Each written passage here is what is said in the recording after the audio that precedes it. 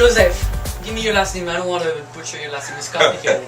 Antonishek. So I've met you in different places. Mm-hmm. Now you are in your own place, Industriel, downtown Los Angeles. Mm-hmm. And you've recycled an old restaurant. It's 2 floors.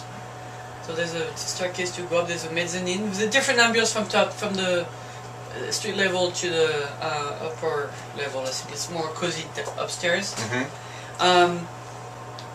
If you tell me that you don't like cooking, after I had that dinner, I will not believe you. I don't think you don't like. I think you love cooking. Love it. And if you also tell me that you do not go to the farmer's market, I will not believe that. Oh yeah, no. You go to the farmer's market, right? It's on the plate. There's no. Yeah, there's no cutting corner on getting the ingredients. You go to the farmer's market pretty much every day, right? Almost every day, depending on where it is in the city. Yeah, and then it really pays in the plate. So you've completely engineered that menu, right? Yeah, absolutely. And so we started first with bread. You make your own bread here in the restaurant every day. Yeah. And then you make different types of bread. And what that butter comes, there's herbs in that butter, right? Tonight it was like a very light garlic herb butter, not too much garlic. So then we had this panini that was stuffed with escargot and portobello mushroom. Yeah, it was so good. We cooked with the cornmeal and a little bit of Roquefort in there. It was so good. So then we moved to the appetizer. We had the Santa Barbara sardine. What was the treatment of that sardine? Tell me. Well, it's a 3-hour cure, and we use a palm vinegar. It's actually a Filipino palm vinegar, which is really sweet and super soft on the palate. That was very good. That was like, once I had that dish, I said I'm stopping there. But I'm glad I didn't, because then I had the farm egg. So how's that farm egg prepared? The farm egg gets soft poached, and then we coat it in panko, ground truffles, a little ground parmesan, and then we quickly fry it. So you have this super soft poached egg on the inside and this crusty shell of truffle on the outside, and served over asparagus with speck and a truffle dressing, or I'm sorry, a mustard dressing. So With a very grilled smoked octopus with very nice fingerling potatoes, and then the veggies started coming more. Like we had those sweet peas coming, and it was very nice, and it was the pea tendril. So that's where you like, okay, he's going to farmer's market. Yeah, absolutely. My favorite thing about that dish, besides the super tender octopus, is the pea tendrils, because we just lightly coat them in oil and throw them on the hottest part of the grill really fast, and that char just like opens up the sweetness of the pea tendrils. It's awesome.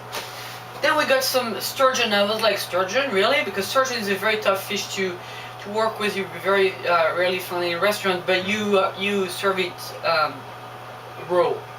So what came with it? What sauce, and then what veggies were on top? Well, we cure it and then smoke it, and it's served like almost like a gravlax, but with the sturgeon, and then it's topped with a raw salad of beets and green apples and pickled shallots, which I guess aren't raw, but it adds a nice acidity to it.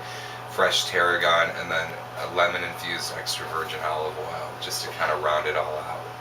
So I like the bone marrow that came with tongue and cheek marmalade. A little play on words with the skull and bones. So you have like that bone marrow, and then like tongue in the cheek, and homemade baguette that's grilled to kind of top it all off on. It kind of takes me back to New York when I was a cook and would go down to Blue Ribbon Brasserie at 3 o'clock in the morning to have their bone marrow and marmalade. Well, we could stay here in LA and have it. Yeah, absolutely. Then you had the risotto that came with baby spring squid stuffed with ricotta and gnocchi in there. And we also had rabbit. So how was the rabbit served? Well, the rabbit is it's in my family's pierogi dough recipe. We do pelmeni, which is like a Russian tortellini, but instead of using potato and cheese, which is how my family as coal miners ate it, I kind of bumped it up and do a rabbit rillette, and it's an actual rillette that's stuffed inside with shiitake mushrooms and chicken stock and caramelized pearl onions and truffle oil.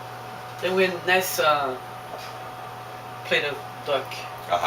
my favorite. I used to hunt ducks when I was a kid, and with my grandfather. And so whenever there's duck on the menu, I always go there, and I love serving it.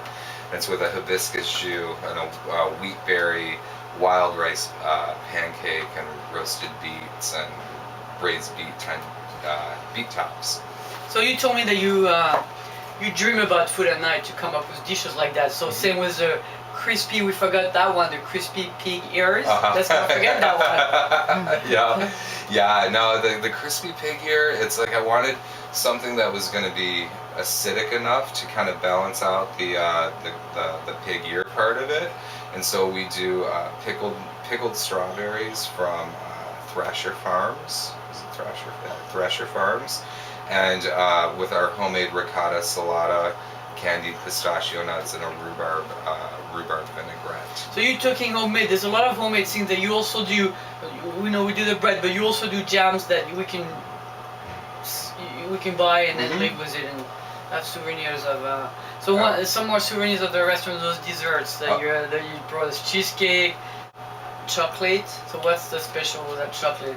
Well, and what's the tonka bean? Yeah. What's so special about the desserts is we have an amazing pastry chef, Meadow Ramsey, and she just really rounds out the final course of what we're trying to do perfectly. But the tonka bean ice cream, I mean, tonka bean isn't exactly one of those FDA approved things, but the flavor is just incredible, and she pairs it with a chocolate pretzel tart. It's like a chocolate ganache tart with a pretzel crust and a smoked caramel sauce and little whipped creme fraiche on top. It's amazing. Yeah, and then the little pot of creme also. Chocolate. Yeah. Vegan. Vegan. Yep. That was very nice. And then we have to not forget your bar, because you do have an extensive signature cocktail. There's two types of cocktail. There's the Prohibition cocktail and the Farms one. The one you crush all the vegetable and the fruits, and then they're completely custom, made here with fresh vegetable and fruits from the farmers market, right? Yep. We actually, our cocktail list changes as the bounty of the farmers market changes. And we're doing things with shrubs and rhubarb rosewater syrups, and we like to do what we call smart cocktails. Things that don't take like 15 minutes to make, because who wants to wait 15 minutes for a cocktail?